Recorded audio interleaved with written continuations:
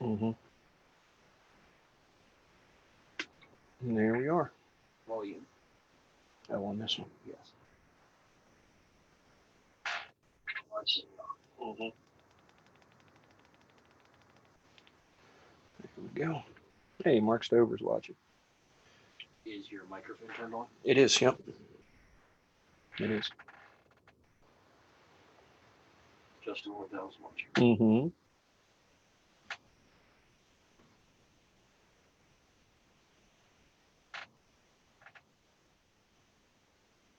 Mexico.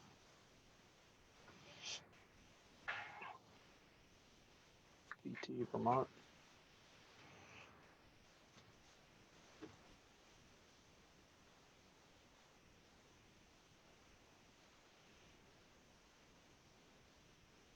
Mike Hawkins.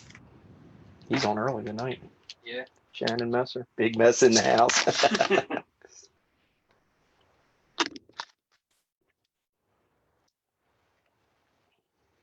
Hey guys, let me know. Let me know how the picture looks and the how's the sound.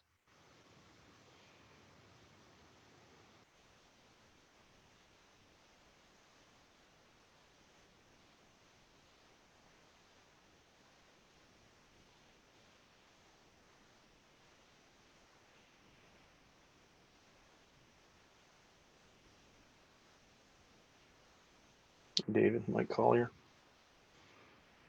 Michigan. Perfectly. Looks good and sounds good. Okay, great. All right, good. Switch to the closed camera. Looks and sounds good. All right, we're going to switch to the closed camera.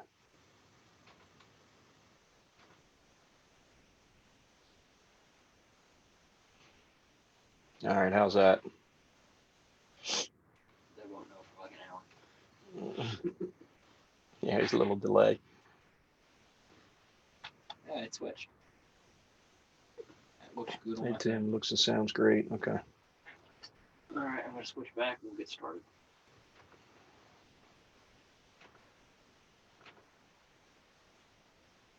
All right. We got 50 people watching. Okay. All right. Did you share it to all the places it's supposed to be shared to? Okay. All right, guys. How's everybody doing? It's another Sunday night. Um, Glad that you're with us. We got about 50 live now, and that'll go up a little bit as we. Well, I know I'm looking. Yeah. Look here. That'll go up some as we as we go on. So again, another Sunday night. This episode or this live is again sponsored by Annika Rod and Fly. They're in Brewer, Maine, right across from Bangor, which is one of the major towns in that area. Just they're literally right across the river. For tonight, we're giving away one prize pack. We're going to give away a bobbin, a pack of spools, a Norvise net gator, as well as a pair of Norvise stripping guards for your fingers. And that's all courtesy of Annika Rod and Fly. So share early, share often, and we will pick one random winner probably tomorrow, and we'll notify you and we'll get that prize pack out to you. Again, they're in Brewer, Maine. Phone number 207-299-6336. Facebook is Annika Rod and Fly, and their website is annikarodandfly.com. Great shop, so you guys should check them out. Okay, so tonight we're going to tie some soft tackles, and soft tackles are great flies, and there's a whole kind of, I don't know what you want to call it, fraternity unto itself with soft tackle flies, and people don't really fish them much anymore. And I think that's a mistake, to be honest with you, because there are times where I'll fish them on a nymph rig, on a dead drift rig as the highest fly in a 3 fly set, and just let it kind of waft up and down in the water column, and you can let your rig swing, let it swing down behind you and kind of lift up.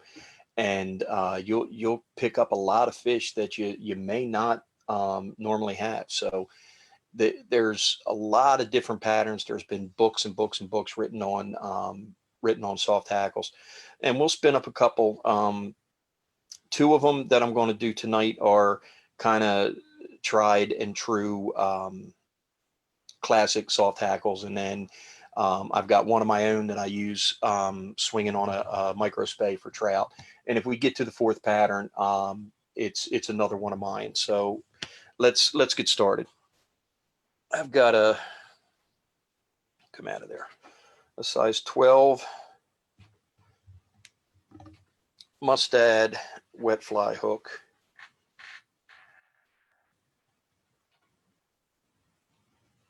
Get it in the vise, get it straight. There we go. All right, and let me switch out bobbins. We just did a demo for an online magazine that we're shooting a series of videos for, and I was set up to tie green weenies. So let me switch this out.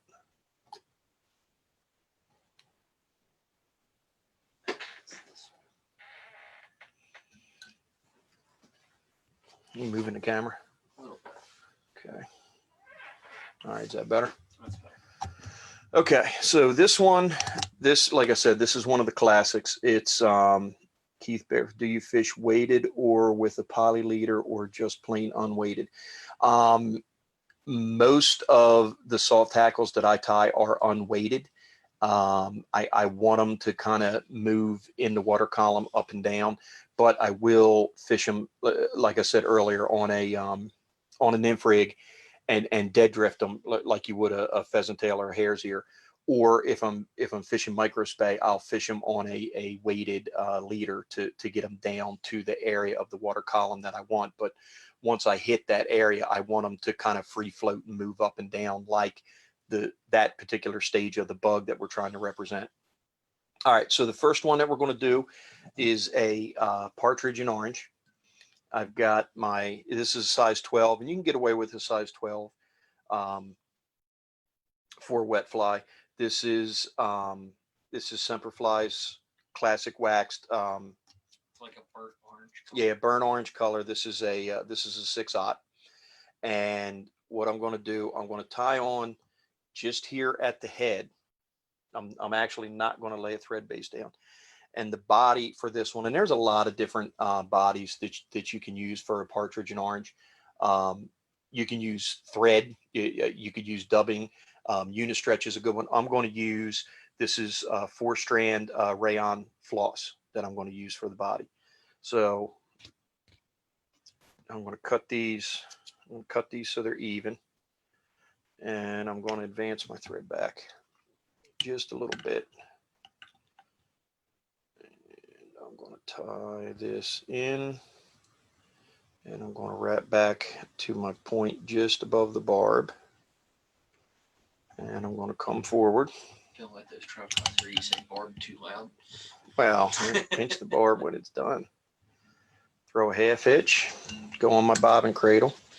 Okay, now I'm going to take this. Now, what I like to do with this is I like to twist it just a little bit, not a lot, but just enough. This is a 4-strand floss, so I want to keep those 4 strands together.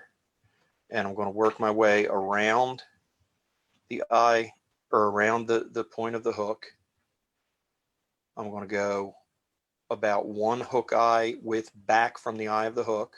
Actually, I'm not. I want to go a little bit further back than that. Now I'm going to go back. So I wrap forward. Now I'm wrapping back. And now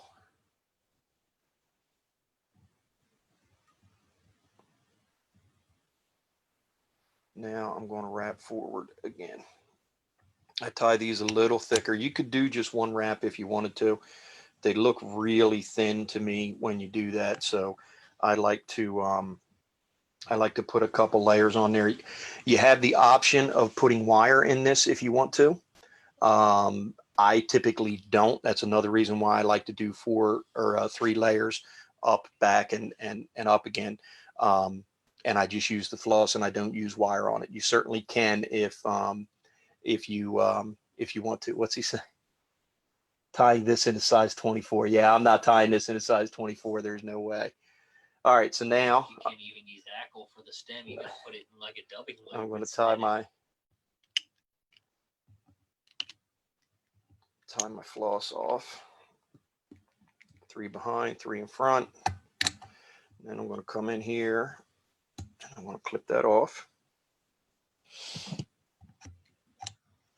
going to throw a half hitch in here. And I'm going to go on my cradle.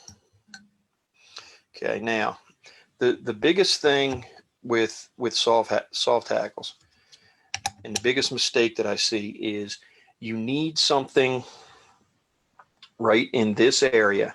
You need a support for your hackle feather, and you really want the hackle coming off at like a 90, almost a 90-degree angle to the shank of the hook. You don't want it coming straight back like that and laying flat. You want it coming out so that as the water's passing over, it will kind of pulsate, and the fibers on your hackle feather will breathe. And I see this step is missed a lot in when people tie these.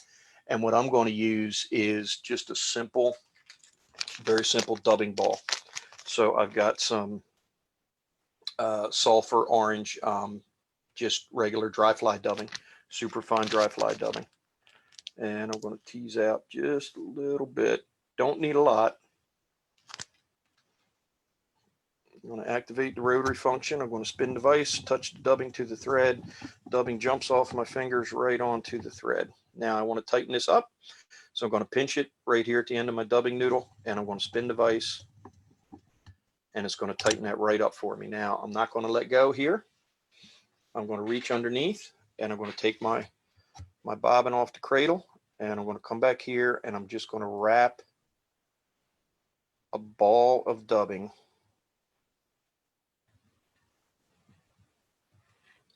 right at the head of the fly. Now remember, you got to get your feather on there, so don't. I just crowded that eye just a little bit. Let me get back here.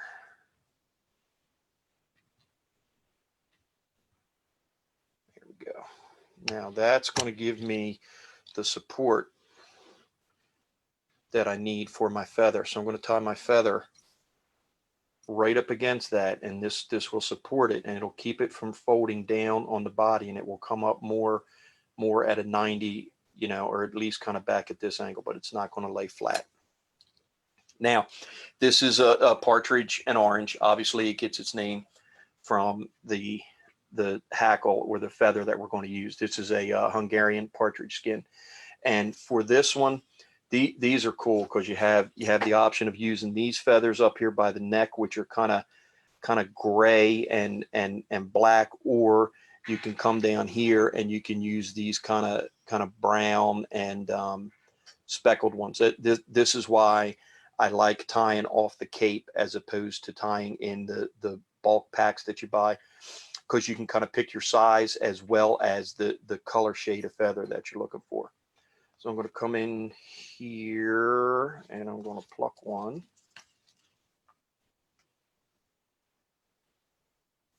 Okay, I think that's going to work fine for me. So I'm going to prep this feather. I'm going to strip all the fuzzy stuff off the bottom. Okay, that looks about good. You don't need a lot of feather for this. Okay, now I'm going to hold it by the tip, and I'm going to pull this back. I think we're keeping Tyler awake. He's over there yawning. Okay, so that's what my prepped feather looks like. We're going to tie it in by the tip. We're going to tie it in here, and then palmer this around the hook shank. I'm going to clip this, and that leaves me this little kind of V notch right here, which is great for tying in. And I'm going to lay this right up against the shank of the hook. I missed it. There we go. And I'm going to get a couple of really good tight wraps on that. Get it back there. Okay. Throw a half hitch in it. And I'm going to go on my cradle. Now, if I can find them, there they are. Mike Hawkins said, "Wake up, Tyler." Now, I'm surprised you didn't try and blame not having to look around for your hackle pliers on me. I didn't even use them yesterday. all right, and then we're going to carefully, this is kind of the point of no return. If you're not careful, you can pull that stem out. Once you get a couple of wraps on it, you're okay, but you want to wrap it and then kind of stroke it back each time. And about 3 wraps of hackle on here is all you need. Okay, and then I'm going to stroke it back. Okay, so that's, I've got my... Owen goes, I did all the work today, Tyler. Is that what he said? Yeah. I've got my entire feather on here right now. I can just let this hang and I can come, and this is why the auto bobbin is so great. I can let this hang. I don't have to wind the slack, and I'm right back in and ready to tie. And I'm going to get 3 behind.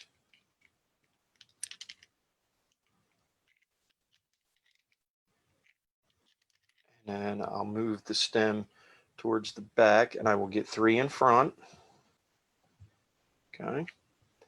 Now I can come in here, and I'm going to very carefully clip this off. I'm actually going to saw it off, so I didn't snap the scissors closed because I don't want to cut any of this out.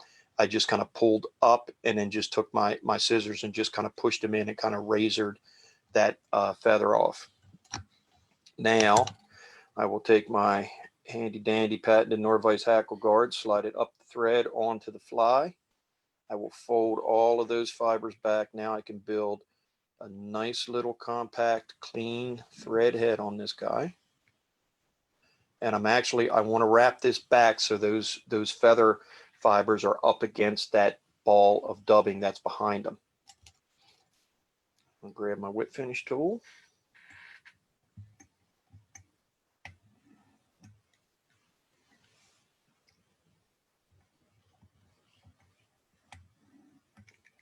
Do 2 3-turn whips. Now remember, slide your handy dandy patented Norvise hackle guard back down.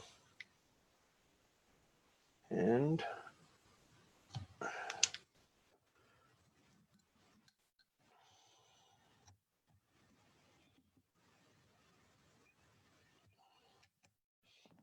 just add a little bit.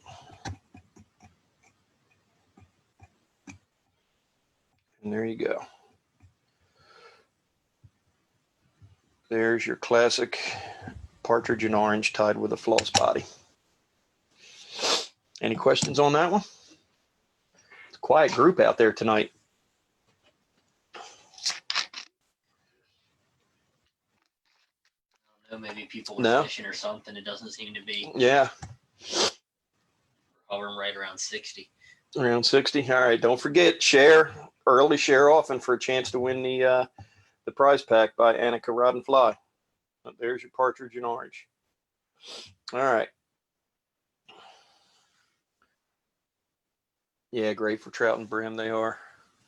I love them for trout. Nobody fishes them anymore, and there are times where they just absolutely hammer fish. You can be on the water getting your butt kicked and can't figure out what they're eating, and grease your leader and drift a soft tackle just under the surface, and they will just tear it up. Okay, so this next one, let me switch threads here. This one. Okay, this is again Semperfly Classic 6/0. What do you say? That was awesome, but very simple. They are very simple. I think that's why they might be so effective. All right, so this next one is a partridge and peacock. James Bass asked if it's a fall pattern. It's a year-round pattern. It's a year-round pattern. It's really meant to emulate a sulfur, which for us is in May, early to mid-May or so. You can catch fish on it year-round. In October with the October caddis, although they're not quite that color when they're underwater. It will definitely catch fish. Just a all around great producer. Great tip using the dubbing to hold off the soft hackle. Do you use this trick when you use pheasant soft hackle as well? Absolutely. Yep. Absolutely. All right. So for our next one, soft hackles all year round. Yeah, for sure. For our next one, we're going to do a peacock and partridge. So it's a similar fly, just with a different body. So I've got, I don't know, half a dozen peacock curls here, and I'm going to even them up, and I'm going to clip the tips. Now, peacock curl is a great material, and I love it, and it's in a lot of my subsurface trout patterns. Problem with peacock curl is it is not very durable. Might just be me, but can you tighten up the focus?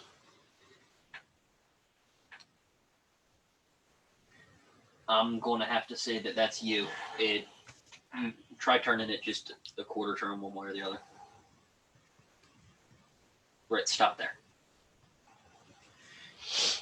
All right, is that better? It was a little off. Okay. But that's, yeah, I can see the individual peacock fibers. Right. Okay, all right. So peacock curl is a great material. It is not durable at all. That is the one knock on this material. And I've whether it's been a pheasant tail or a prince nymph or whatever, I have tried all of the synthetic and the dubbing that's supposed to emulate peacock curl, and it just doesn't do what this stuff does in the water. When it gets wet, it changes colors. It turns kind of maroonish. There's some gold in it. It just it's an awesome material, but it's not very durable. But we're going to show you a way to strengthen it up. So I've got my thread tied on. I've got my hurl tied on. I've got my my bobbin hanging on the bobbin cradle. Now watch this area right here. I'm going to take these hurls.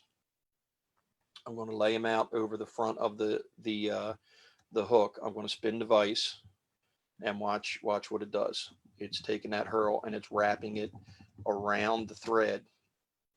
And it just slipped out of my fingers. Hold on a second. Let's try that again. It's taking the hurl and it's wrapping it around the thread, and it's making a peacock hurl rope right in this area. Now, I'm not going to let go. I'm going to come underneath here. I'm going to pull my bobbin off the cradle, and I will take this and I will wrap it back. That's better.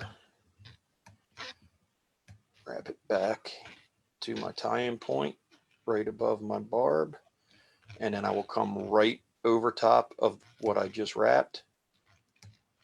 And I am messing with that hook point, something awesome. Okay, now when I get here, you can see I've laid my body down. I got a double layer body, but I still want to do that support that we did the last time that we used the dubbing ball for. So what I'm going to do is I'm now going to wrap this up on top. Maybe one wrap will be good. I'll stop it right there. So now I've made the support ball out of the actual peacock hurl. Okay, so you can see I've got a little bit of extra hurl here. I'm going to treat it like a dubbing loop, and I'm going to come up here. I pinched it in the middle. I'm going to come up here and I'm going to do 3 wraps in front, 3 wraps behind, and then I'll do 3 more in front and 3 more behind. The hurl can get kind of ornery when you're trying to tie it down, so I want to make sure I got it tied down good and tight. Now I'm going to come in here nice and tight to the body, and I'm going to clip it off. Now I've got a nice hurl body here. It's double thick. I can take and I can poke and prod at this with my bodkin all I want. Even if I break one of those hurls, it's not going to unwrap because it's got the thread wrapped around it, kind of lashing it down to the shank of the hook. Okay, now I'm going to come in here with my partridge skin again, And I'm going to pull one right. This is the same area that I pulled the last one. I like these kind of on the shoulders because they have that, they've got the speckled, but then they've got this kind of brown up here, which just really makes it, really makes for a cool looking collar. And I'm going to strip the fuzzy stuff off the bottom. Yeah, it's a little long. Let me get some more of that off. You're looking for your fibers. You want them to end roughly about at the back of the hook shank. They can be a little bit longer. It won't hurt anything. Still a little bit long. And the further up on the feather you go, the shorter the fibers get. Okay, now I'm going to pinch it here in the middle.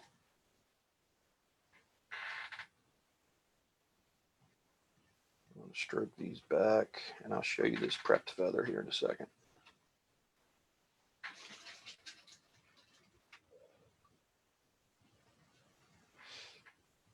Okay, there we go.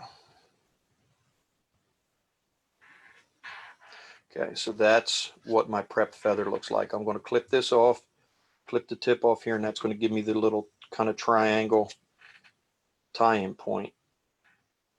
Did it freeze on the iPad? It did. There it goes.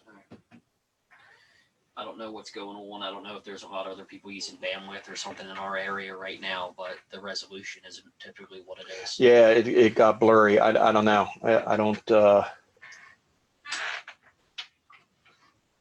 Yeah, we'll just kind of bear with us here. I don't know if it's not anything on our end. I don't know if there's people sucking up the bandwidth or what. All right. So there's my prepped feather, and I've clipped the top off, so I've got my little tie-in point here. And then I'm going to just flip the feather over, and I'm going to use that little V-notch right up against the eye of the hook to capture the thread. And I'm going to put a couple of good tight wraps on there. Throw a half hitch in it. And I'm going to go on the cradle.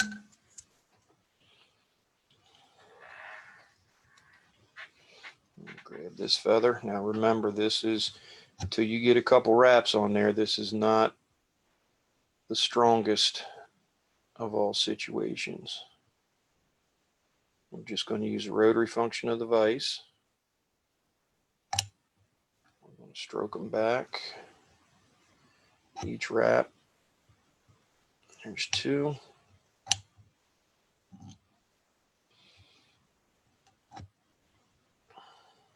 Okay. Here's our three wraps. Get that little one down there. Okay, now with my auto bobbin, boom, I'm right back in and ready to go.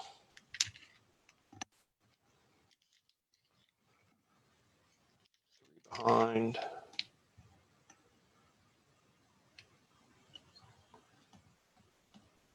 Three in front. Come in here and just very carefully glance this off. Okay, take my hackle guard, slide it up the thread, up onto the fly, fold all those fibers back.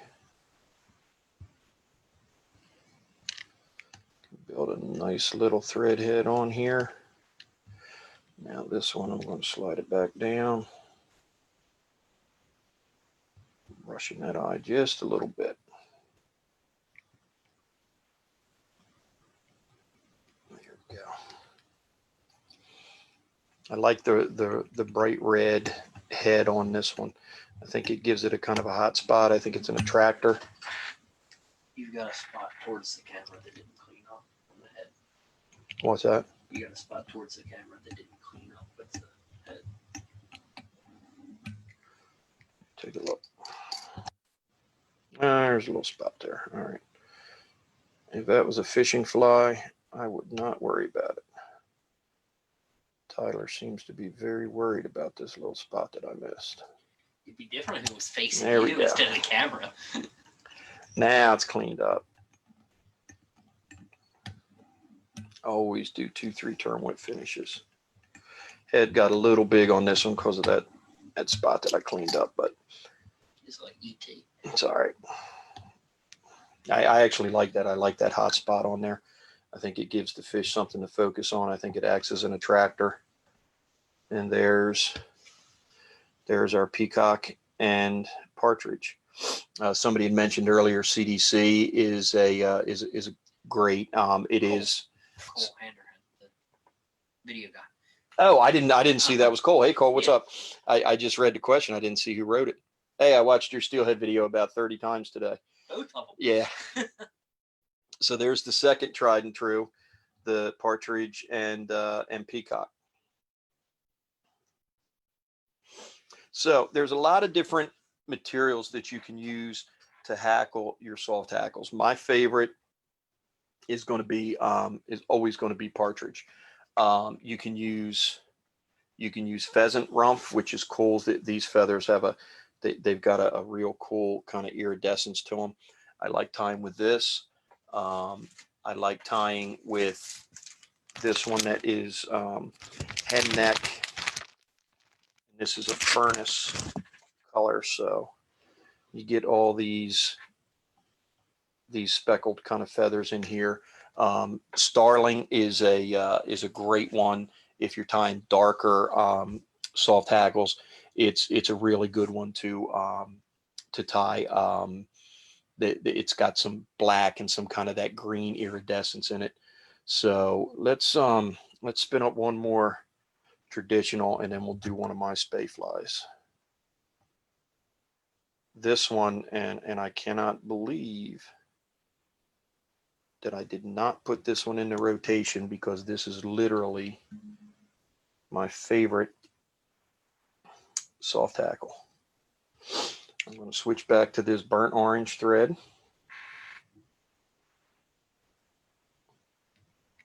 Tie on. Now this one I am going to put a wire rib in. So I got some small copper, and I'm just going to clip off a short length of it. I'm going to tie it on the near side of the hook.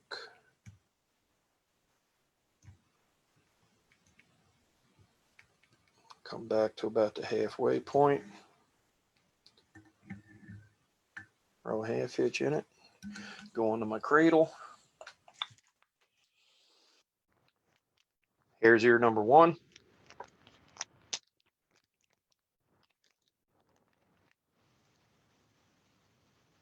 little bit here. Just tease this out. Get it nice and fluffy. This is not the easiest material to dub with.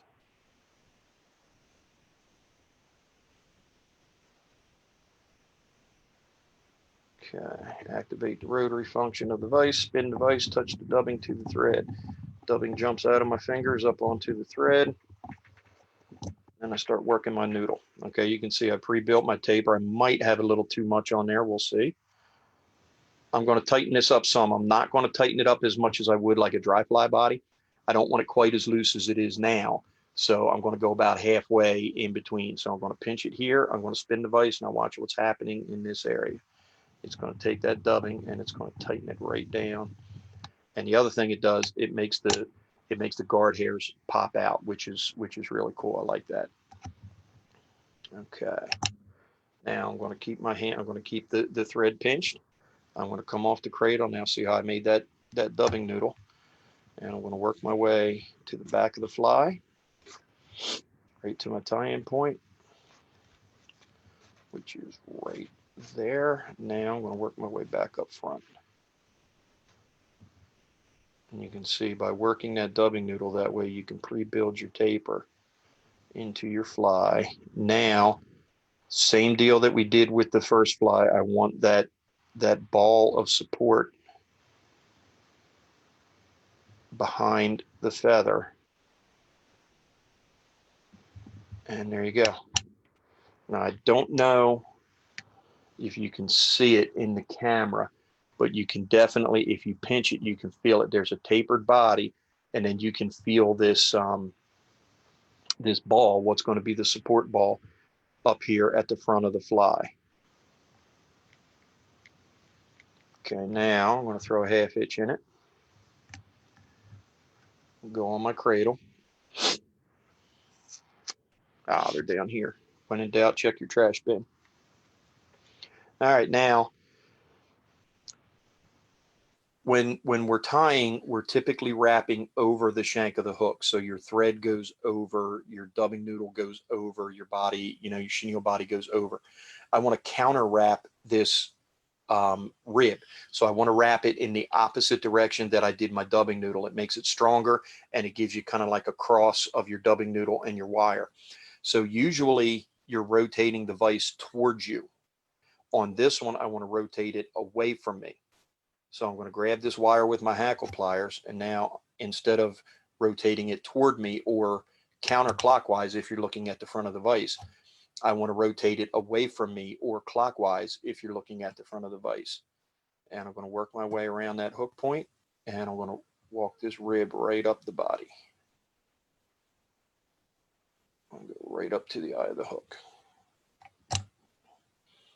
It's a real easy way to rib your fly, and it makes, when you're doing a dubbed body, it makes it very strong.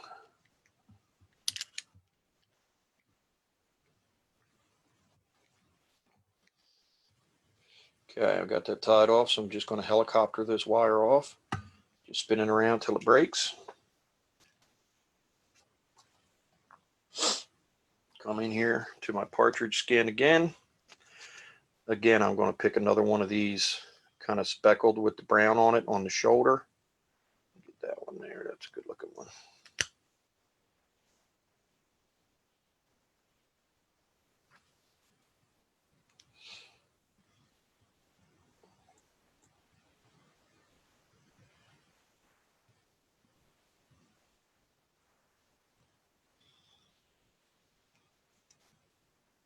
Okay.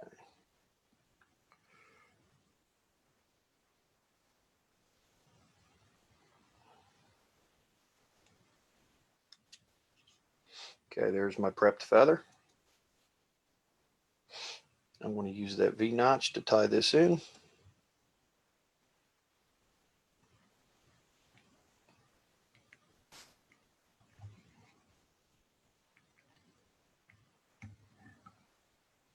Okay, a couple good tight wraps on there. Go onto my cradle. And there they are, still with the wire in them.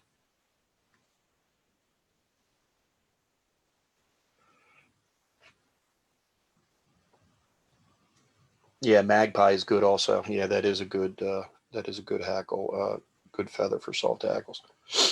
All right, now remember, get your first wrap on there. Be careful. And then once you get it started, you can just kind of walk it forward. If it starts getting gnarly on you, just come in here and stroke it back.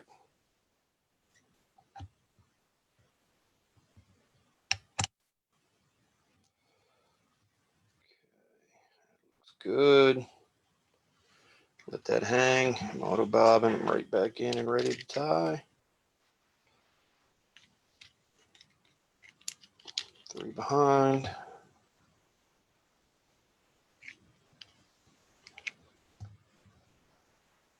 3 in front. Come in here very carefully. Glance that stem out of there.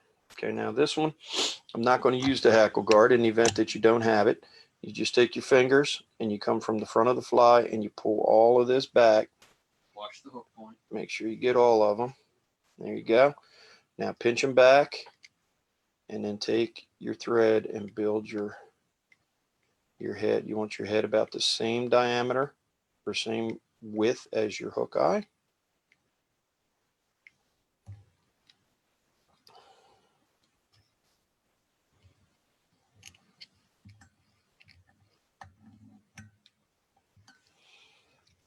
And 2 3-turn whip finishes.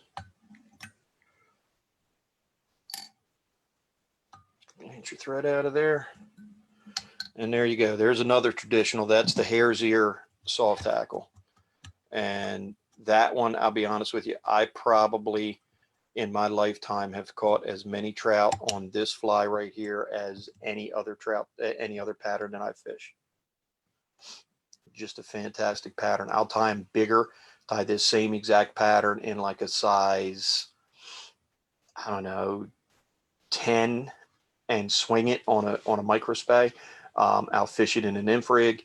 I'll do the wet fly swing where I'll throw it across and down on a single hander. Just a all around great pattern. So there's three of your traditionals: the partridge and orange, the partridge and peacock, and the hare's ear soft hackle. So if you guys have any questions, I'm going to get a drink here, and then we'll tie one of my spay patterns. I notice you do the half hitch each time you cradle your bobbin. Is that specific to the Norvise bobbin? I do it because it's the way that I've learned. Even before I was Norvise, what I was taught is every time you go on your cradle to put a half hitch in. I've been doing it for I don't know 25 years at this point. And I've been doing it for however long with the Norvise, and it's just a habit. I don't think it'll hurt. Half hitches are never bad. Worst case scenario, my rule of thumb is every time you transition a material or you transition from a section of the fly, put a half hitch in. It's going to make your fly more durable. The other thing it'll do is, should you happen to break your thread, which does happen from time to time, you're only going to lose your pattern back to your last half hitch. So you just unwind it. Take the material that isn't going to stay, take it off, retie your thread on the hook, and keep tying. So it's just a habit thing. It's also necessary to use the rotary function of the vise. You have to half hitch, or the thread could skip the eye and unwind and everything as you're spinning the vise. Yeah, that's a good point. When you set up to dub and you start doing that, if your thread does skip off the eye of the hook, it can start to unwind. So I hope that answered your question. So he said huge whip finisher there. It's actually not. They're just small flies. This is a standard Here's your big one. Mattarelli style whip finisher. Yeah. All right, guys, what do we got here? We got about 41 minutes. Okay, 41. We got about 15 or so more minutes. Let me start on this one. Now this I'm tying on this is a Daiichi, and I will have to get, I'm not sure, I think it's a 2441. It's an up eye miniature salmon fly hook. It's a return eye, so it doesn't have a loop in it. It's got a return eye like a classic salmon hook. And I tie a big caddis pattern on this. So it's a cool, there's a cool dubbing technique that I use on this that's pretty cool. And we do it's got two collars. Let's get started. So the first thing that we're going to do on this particular pattern with a return eye is I'm going to tie on at the eye of the hook, and I'm going to close that return. Okay, so you can see there's where the eye returns back to the shank of the hook. And just be careful there, because these Daiichis are usually pretty good, but that can be sharp and that can cut your thread. So just be careful when you're closing that eye up. Now I'm going to go ahead, lay thread base down. And on these, you don't typically go back to the barb. You will typically, your tie-in point is above the point of the hook. You can see they've got this kind of sweeping bend on the back. So your point may be a little bit past the point, but you typically won't go all the way to the barb on these patterns. I need a rib in this one.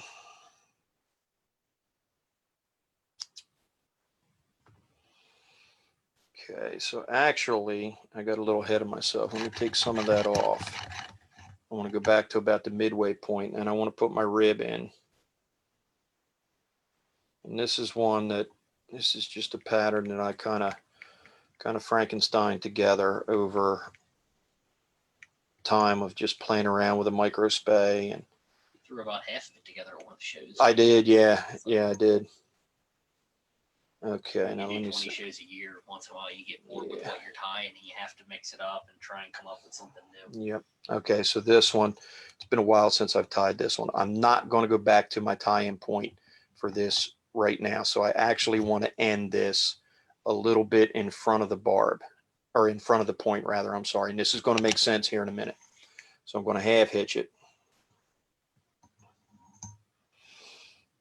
And I'm going to go on my cradle. Okay, now we're going to put a hot spot on this one.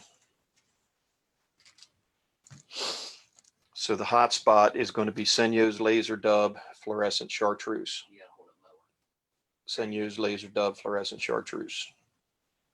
Okay, and I will tell you, you do not need a lot of this. What we're going to do, I'm just going to peel a little bit out. And even I have to force myself. I go way too heavy on this hot spot. All right, so I'm going to activate the rotary function, touch the dubbing to the thread. Dubbing jumps out of my fingers onto the thread. So I've got some chartreuse dubbing on there. Now I'm going to come in with my hare's ear number 1. And I got a little bit there.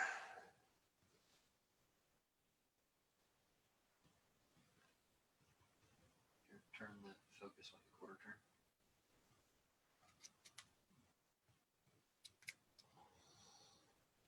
Other way. There, stop. Okay. We're gonna have to refocus it when we move it back up. Yeah, this will let you see the noodle. Now this is one thing when you're working with hare's ear. See that right there? That's a mat in the fur. You got to get that out or it's not going to dub. Okay. And that's why I take a bit of a time getting this ready. But if you spend the time getting it ready, it'll go on a lot easier for you. Okay, so I got all the mats out. I got it all kind of fluffed up and preened out. Okay, now there's another mat in there. Come out of there. Okay, so now I'm going to come, you can see I've got chartreuse from here to here. I'm going to come about right here, and I'm going to activate the rotary function of the vise. I'm going to spin the vise, touch the dubbing to the thread, and I'm going to work this hare's ear onto my thread, just like so. Now it's a little heavy right there. I'm going to get that off, and I need just a little more.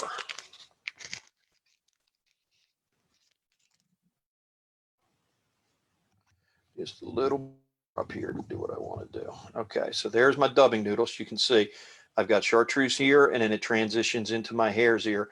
This is going to be my hot spot. This is going to be my body. Okay, now I'm going to pinch it, and I'm going to spin it. Okay, and that's about what I want. Now I'm going to come off the cradle. Tyler's going to move the camera in. That's pretty good as far as focus goes. I'm not messing with that. Okay, now this is why I didn't tie the wire all the way back to the tying point, because I don't want the wire to go through my hotspot. So I'm going to take the wire, I'm going to fold it forward.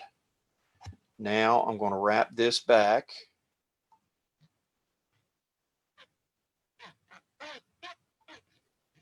And I'm working my way around that point.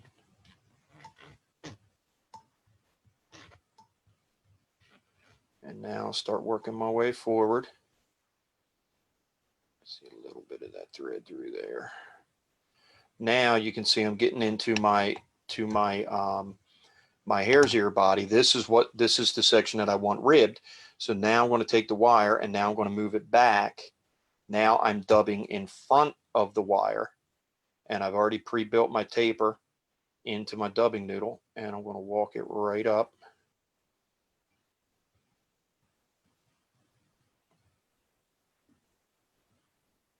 The body of the fly. Now I need a little bit, I might have enough.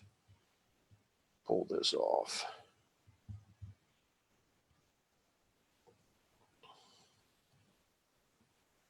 Yeah, I actually think I do. Okay.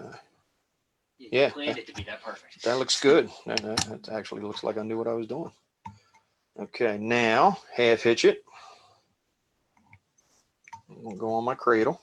Now, just like we counter ribbed the hare's ear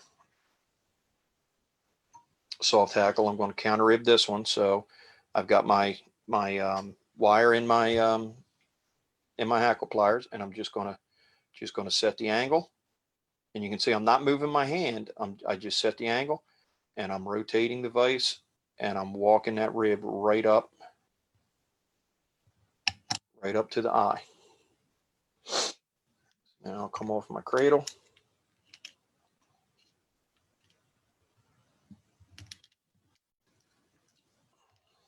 Three behind, three in front, and I'm going to helicopter this off. Okay, so now you can see I did a two-tone dubbing. So I've got my hot spot back here, and that transitions in, and that's a nice smooth. The laser dub gives you a smooth body, not a lot of bumps in it if you dub it right. And then that transitions into my body, which is the hare's ear, which has the guard hairs popping out of it, and it gives it a real buggy looking body. So there's a technique where I've transitioned. I use two different types of dubbing, transition from a smooth to a spiky dub, and I used the technique of tying the wire in but not going all the way back, folding it forward, tying my hot spot, folding the wire back, and then doing my body, and then counter ribbing on the body only. So it's kind of a cool technique, and it's something that I came up with at one of the shows I was playing around, and it looked cool. So I tied a bunch of them, and then when we got home, I swung a bunch of them, and they worked really well. So okay, so we mentioned there's two collars on this. And the first one is going to be, there it is. This is mallard. Okay. Mallard. And these I want to be long. I want these to be as long as the hook. Now, because of the shape of this hook, remember the back of the hook is way back here. This is not the back of the hook. It's still in the jaws. It still comes back. So the actual bend of the hook is back in here. Okay, mallard can be a tough material to work with. The stem can be really dry, and it sometimes it doesn't want to palmer correctly. So I will typically strip one side of the mallard off. I just think it lays better on the hook if you do it that way. So again, I'm going to cut this off. Now I've got that little triangle that I use for my tie-in point, and I'm going to tie that in.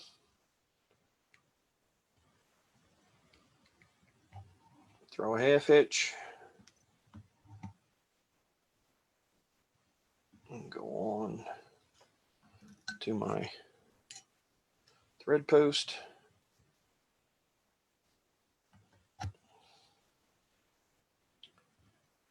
And I'm just going to walk this forward. Now they have a tendency to kind of not want to separate.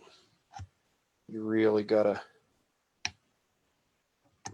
kind of work these when you're working with mallard. It's a great material. It just is not the easiest to work with sometimes.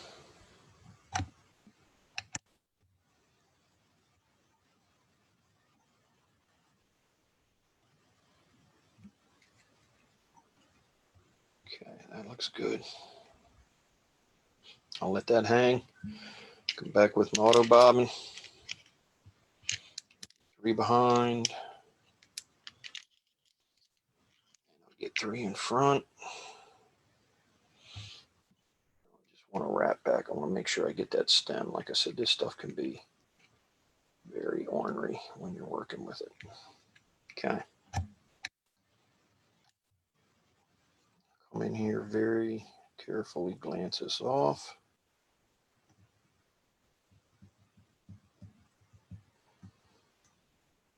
There we go. Take and I'll brush this back just a little bit.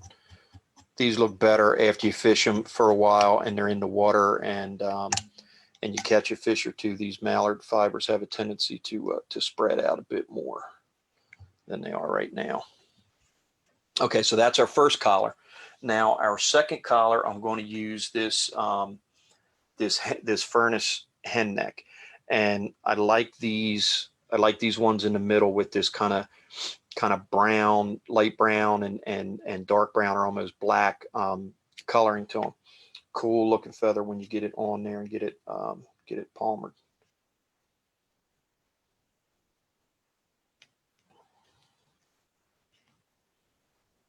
Come out of there.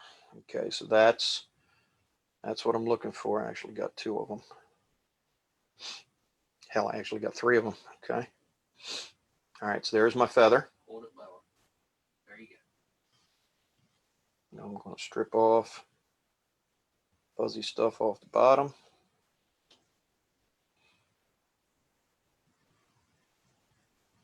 I'm going to prep it.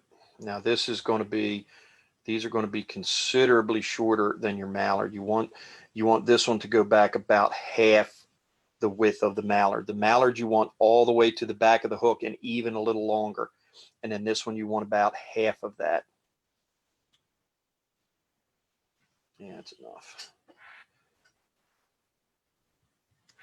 Clip it. Now I've got my little wedge there I'm going to tie in with. Right up against there. Couple of good solid wraps. Half hitch it.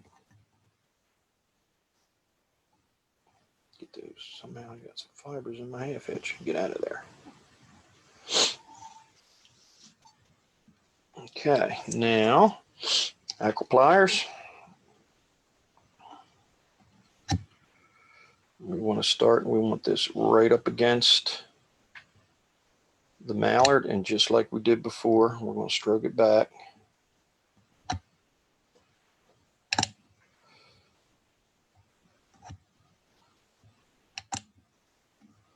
Should have had a little bit more of this feather on. Probably should have gone for about maybe 4 or 5 wraps of this one, but it'll be okay. How many shares do we have?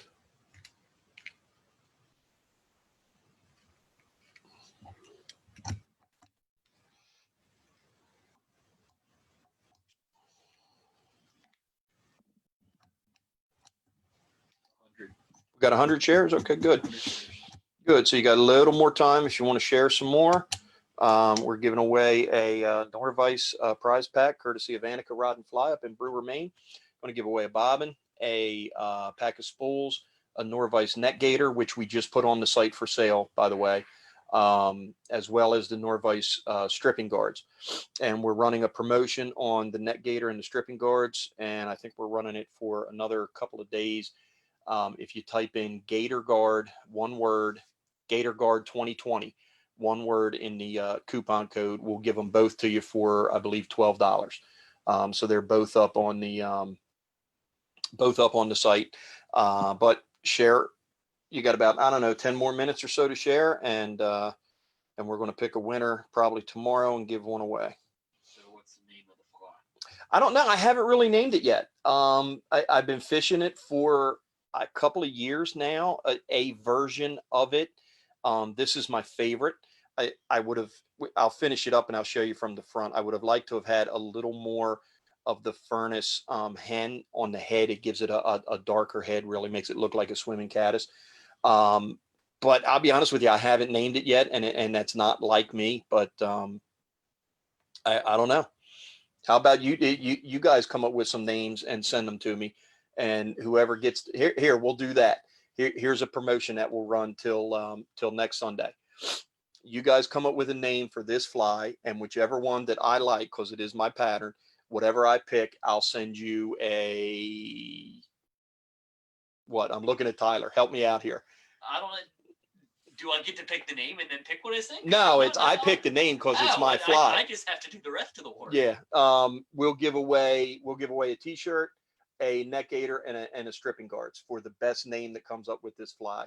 And we'll run that until next Sunday at the Facebook Live. Shannon Messer asked, what is the benefit of this style hook? It's an up eye hook, and I think when you're swinging, I think that gives it chicken foot.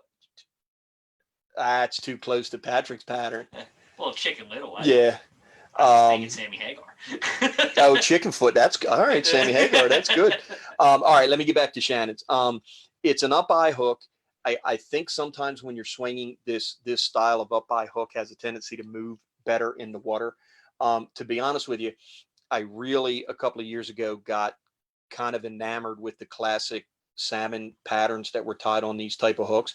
And I saw this little Daiichi hook at a show, and I bought like 100 of them, and I've been tying all of this type of fly on that hook. It looks cool. It catches fish.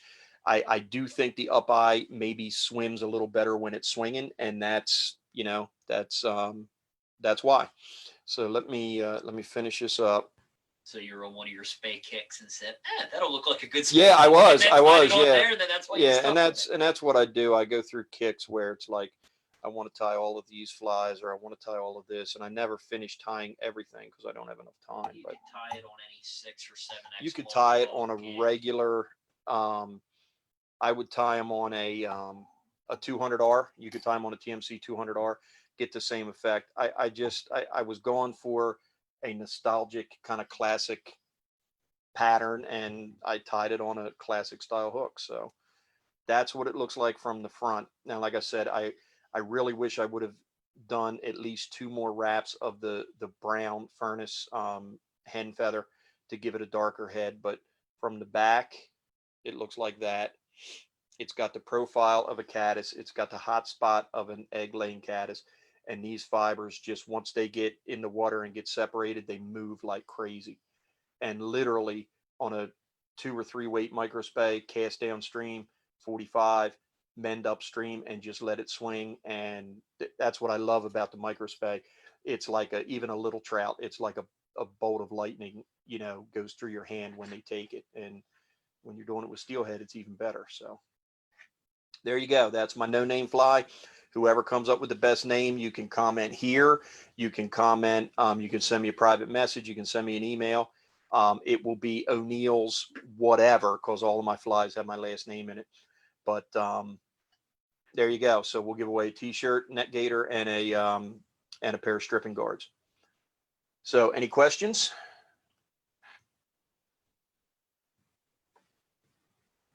Salmon sniper. I like that. Silver for all. If you like Willie, now I saw that redheaded stranger. Redheaded Yeah, stranger. yeah, that's cool. I like that. I like chicken foot too because I'm a huge Sammy Hagar fan. So that I don't know. You might have hit it. You didn't even pick up on that. You might have hit the nail on the head with that one. Who said that? Chicken foot. Chris Nauta. Is that how you say his last name? Hey, William Miller is watching. All right, guys. It's about 8:03. Next week we're going to have Dominic Petruzzi of Streamer King Flies is going to be tying. Dom is a fantastic streamer tire. Do you know what he's tying? Is he tying that little fox thing? That little fox thing. I don't know the name. I think he calls it the 5D Foxy something or other, but it's picture if this is what he's tying, and if he's not tying this, he's probably screaming at the screen right now. It's a little T-bone, a Blaine Chocolate's T-bone tied with Arctic Fox. 5D Foxy minnow. 5D Foxy minnow. Okay. Maybe if that's, I think that's what he said he was tying. And it looks like a little T-bone tied with Arctic Fox. It's about 4 inches long, and it has the head using the body tubing, but it's a little tiny head that's on the end of this thing. Super cool fly. So he'll be with us. I'm really excited for this one. Yeah, I really want to watch how he does this head. I've watched Blaine do it before, but I need a refresher course on it for sure.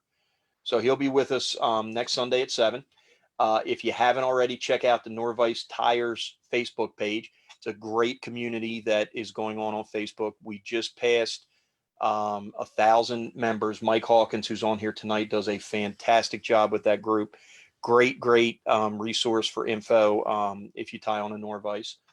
Contact our friends at Annika Rod and Fly. They sponsored it. We'll pick a winner tomorrow. You'll get the Norvise prize pack. And I guess that's about it. So we'll stick around here for another couple minutes if you have any questions. Great time tonight. Thank you, Darwin. Great patterns. Thank you, Adrian. All the stuff I put up on the pegboard that's green is now being picked up by the camera green screen, and it's making them white. All the chartreuse stuff over the shoulder. Stuff behind me. Yeah. We're Tyler's working some pegboard stuff here in the room, because there you go. That's our first of what's going to be many. If the Postal Service worked right, I'd have 4 up there instead of 2. Okay, yeah, that's right. Yeah, Mike just said join the Facebook Tires page. We're going to do a raffle to celebrate passing 1,000 members. So if you're not a member, join it now, and you're going to get a chance to win some good stuff. I don't know anything, but I've learned a lot so far. You guys are great. Thank you. I'm sure you know more than what you're what you give yourself credit for. Soft hackles, great patterns, easy to tie. You can fill your box with them. They catch trout. They catch steelhead. They'll catch smallmouth. I mean, they're great patterns, and nobody fishes them anymore. And that's why I think they catch so many fish. They say nobody fishes them anymore, but then you do a Guide's Choice Hares Year where you've got the same kind of thing going on at the front of it that they say. Yeah, but that's with a bead and all that. It's not quite the same thing. It's close, but it's not. It's the same concept in the water. No, because that fly's meant to drag across the bottom. These flies are meant to swing in the upper part of the water column. So thanks, Tyler, for working behind the camera. He was yawning the whole night, Mike. I don't know. My tying must have not been on par because he was asleep. Nice job tonight. Oh, William Miller, thanks. Yeah, I got the text midway through that there were a bunch of deer in front of my stand tonight too, by the way. Oh, okay. Well. At about 7:30, then the fire truck went by and scared all. Okay, good. Yeah. All right, guys, we're going to sign off. If you have any questions, please feel free to get in touch. Join us next week. Dominic Petruzzi of Streamer King Flies will be tying, hopefully, his 5D Foxy Minnow.